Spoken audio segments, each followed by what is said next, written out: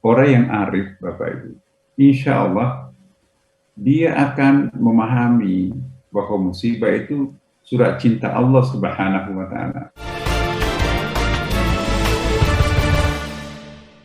Kepergian seorang ulama setimpal dengan hilangnya sebuah kabilah, suatu etnik, satu suku.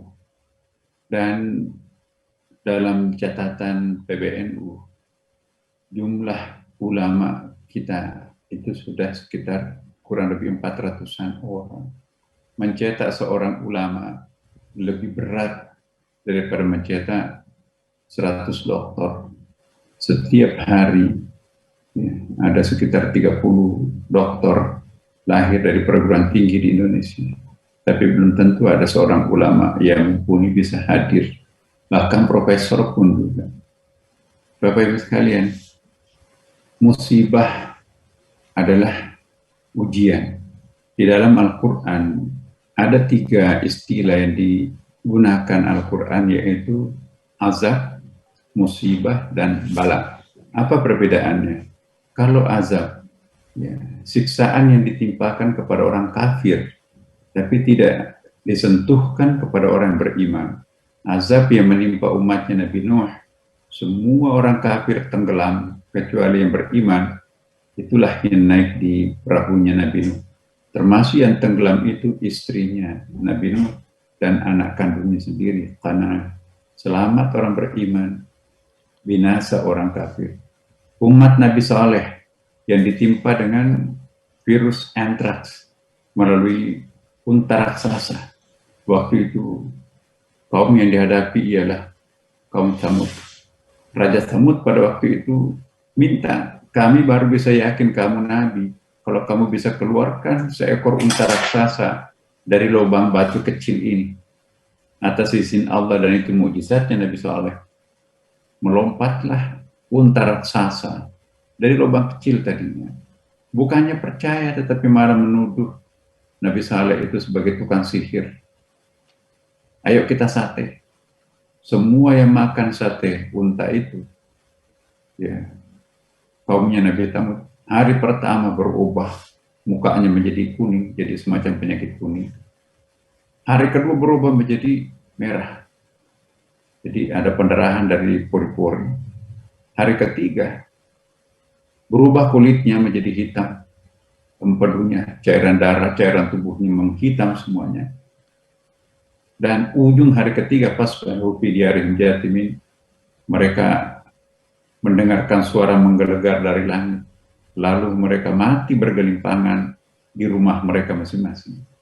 Tapi umat dan Nabi Saleh sendiri segar bugar, tidak berubah warna kulitnya, dan tidak mendengarkan suara langit.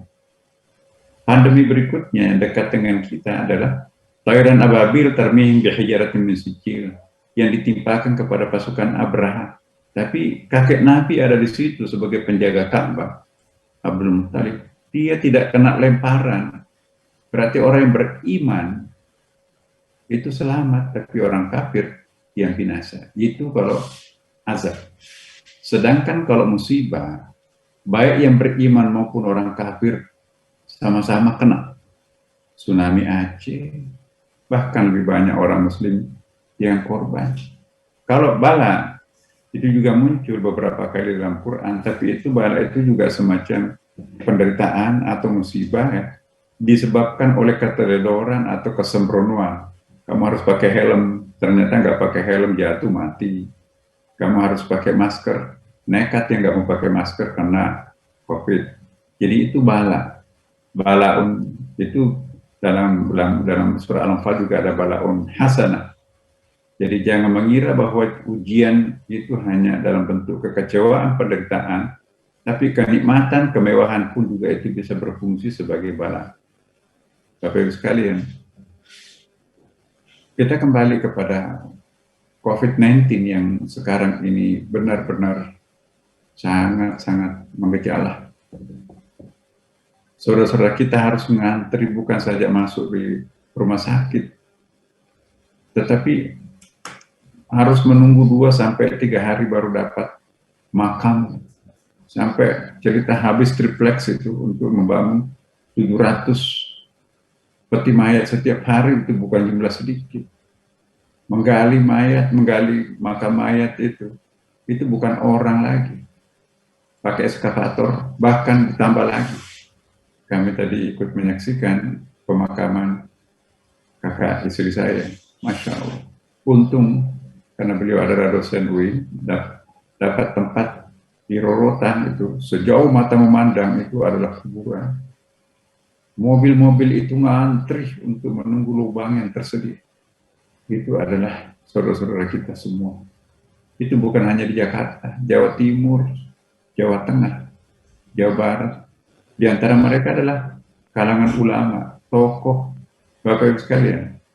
Apa yang harus kita lakukan sebagai orang yang tertimpa musibah? Mungkin ada yang hadir di sini, anggota keluarganya meninggal, atau mungkin sedang terbaring di rumah sakit, atau masih menunggu di rumah untuk isolasi mandiri. Ya, apapun namanya, terimalah ini sebagai sebuah musibah. Musibah itu beda dengan azab. Kalau azab itu memang untuk menyiksa, neraka datang lebih awal untuk menjemput kekasih, pelanggannya. Tapi kalau musibah itu adalah di dalam Al-Quran dan di dalam hadis, banyak sekali yang kita anggap itu sebagai musibah, tetapi sesungguhnya itu adalah berujung pada sebuah kebahagiaan, kenikmatan. Hanya karena kita tidak tahu memahami apa hikmah di balik musibah itu, maka kita sering kecewa dan kita sering menyalahkan Tuhan. Seandainya kita diberikan kearifan oleh Allah, kita mampu bersabar, menanti apa di balik musibah yang menimpa diri kita, maka pada saatnya mungkin kita akan mensyukuri musibah itu. Karena itu, siapapun di antara kita yang tertimpa musibah, ya, jangan langsung menyalahkan diri sendiri, atau bahkan orang yang tidak beriman atau kurang beriman menyalahkan Tuhan. Kadang-kadang hari ini kita anggap musibah, tetapi ternyata besoknya itu, Masya Allah, ternyata ada hikmahnya. Ini musibah. Kok semuanya orang diundang dalam satu acara, kecuali saya? Apa dosa saya? Ternyata semua yang ikut undangan itu, ya, keracunan.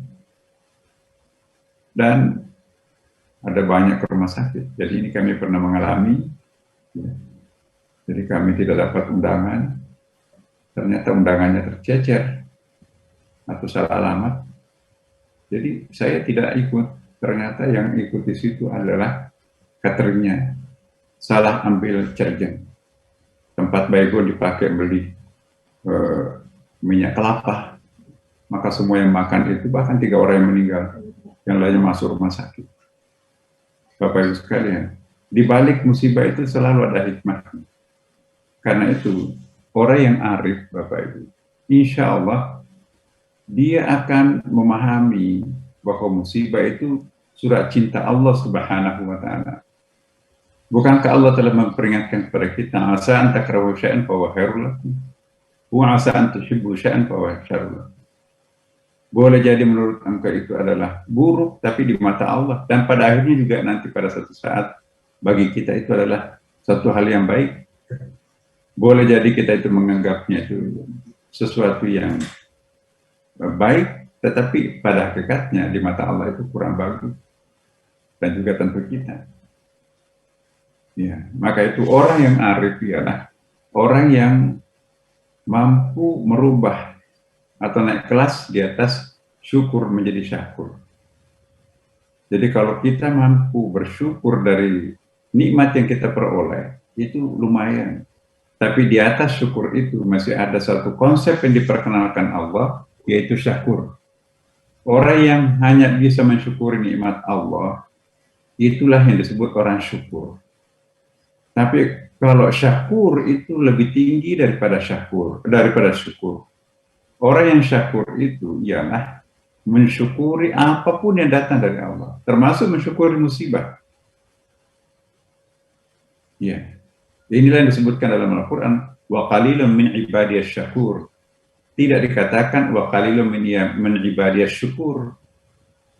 Syakur itu sangat langka. Yang banyak itu orang syukur, lebih banyak lagi tidak bersyukur. Jadi bedanya antara syukur dengan syakur. Kalau kita hanya mensyukuri kenikmatan, kebahagiaan, kemewahan, kesehatan, itu baru syukur. Tapi kalau kita mensyukuri apapun yang datang dari Allah, termasuk yang mengecewakan kita, termasuk juga musibah, kita syukuri semuanya, maka itulah yang disebut dengan syakur. Orang yang syakur, jika ditimpa musibah dia bersabar, jika diuji kemewahan dia bersyukur. Jadi dua sayap kehidupan ini harus kita gunakan. Bersyukurlah pada saat diuji kemewahan, bersabarlah pada saat diuji dengan balaun sayyi'ah, musibah. Nah inilah orang yang beriman kokoh, tangguh, jarak antara penderitaan dengan kenikmatan itu sudah sangat mepet itu ya. Dengan kata lain, semakin berjarak antara penderitaan dan kenikmatan, semakin lemah iman kita. Sampai semakin dekat jaraknya antara keimanan, semakin dekat jarak antara penderitaan dan kenikmatan, maka semakin kuat iman seseorang itu. Bahkan kalau sudah seperti satu mata uang yang memiliki dua sisi, satu sisinya musibah atau penderitaan, satu sisinya kemewahan atau kenikmatan, maka itulah orang-orang yang beriman sebetulnya. Orang yang beriman itu tidak fluktuatif. Apa itu fluktuatif? Itu al-maghdub. Kalau ditimpa musibah, jatuh anjlok ke bawah, menjerit. Kalau diuji kemewahan, mabuk dia di atas. Itulah al-maghdub. Ada lagi, dia tidak fluktuatif turun naik, tapi zigzag. Dia ke si A menjadi orang A. Dia ke B menjadi orang B, padahal A dan B itu musuhan. Jadi kayak bunglon. Itu orang yang zigzag, tidak punya pendirian hidup. Nah, orang ini disebut dengan ad-dhalin. Nah, orang yang sampai ke tempat tujuan, itulah penempuh siratal mustaqim. Dan itulah sebabnya mengapa kita berdoa, ihdinas siratal mustaqim. Tunjukilah kami jalan yang lurus, bukan jalan fluktuatif turun naik, bukan jalan yang zigzag yang kanan kiri, nggak akan pernah sampai ke jembatan ujung. Tidak sampai ke tepian. Yang bisa sampai ke tepian itu perjalanannya lurus. Dan itulah jalan penuh kenikmatan, siratal ladzina an'amta alaihim. Penempuh jalan fluktuatif itu tidak pernah nikmat. Kenapa? Al-maghdub. Penempuh jalan zigzag itu juga tidak pernah nikmat. Kenapa? Karena penempuh ya jalan ad-dhalin. Saya ingin menyimpulkan bahwa apabila ada musibah, tidak cukup hanya kita menempuh perbaikan-perbaikan secara hukum takwini, tapi juga kita harus menempuh jalur-jalur hukum-hukum tasyri'i. Apa itu takwini dan tasyri'i? Hukum takwini ialah natural law, hukum alam. Hukum alam itu artinya besi jatuh karena tunduk kepada hukum gravitasi. Ya. Api itu harus panas. Ya. Kemudian matahari itu harus bercahaya. Itu hukum alam, tidak boleh tidak, wajib hukumnya. Itulah hukum takwini. Itu hukum takwini itu disebut idhtirari. Idhtirari itu artinya terpaksa dan memang harus itu ya. Tetapi kalau hukum tasyri'i itu sifatnya ikhtiari. Walaupun wajib, tapi itu ada ikhtiari di situ. COVID-19 ini tidak boleh kita hanya menyelesaikan dengan cara-cara hukum-hukum takwini semata. Hanya kita memelihara diri dengan cara social distancing, mengatur jarak, hanya menggunakan masker, daya tahan tubuh, imunitas kita pelihara. No.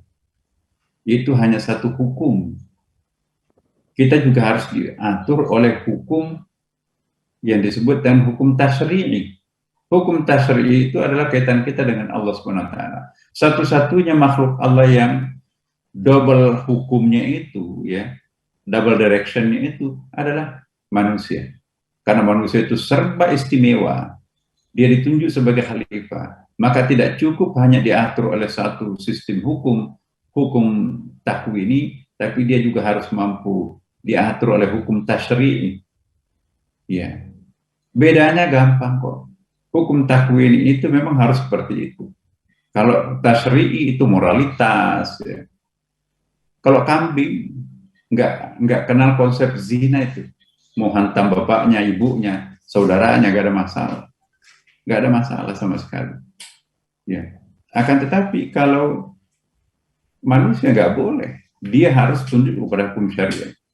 Ada pohon kelapa, ternyata tiba-tiba kelapa itu jatuh menimpa kepala seseorang, sakit. Ya kita nggak bisa memukul pohon kelapa, kamu kurang ajar, enggak. Tapi kalau ada orang melempar kepala kita, itu kurang ajar. Manusia kurang ajar, pohon kelapa tidak pernah kurang ajar. Kenapa kurang ajar? Karena manusia. Kenapa tidak disebut kurang ajar? Karena dia pohon kelapa. Nah, jadi itu bedanya hukum ittirari dan hukum ikhtiyari, hukum takwini dan hukum tasyri'i. Dan hukum tasyri'i itu hanya mengikat bagi orang yang mukallaf, yang akil balik, ya. Yang tidak akil balik itu tidak wajib. Meskipun wajib, tapi banyak orang diwajibkan puasa, sholat, tapi nggak mau sholat itu. Maka itu ada unsur ikhtiyarinya di situ. Tetapi kalau iltirari, itu hukum takwini, mau tidak mau harus tunduk. Nah, karena itu Bapak Ibu sekalian, mari kita tunduk kepada dua hukum yang Allah berikan kepada manusia, hukum ikhtiyari atau hukum tasyri'i tadi, dan hukum iltirari dan atau hukum takwini.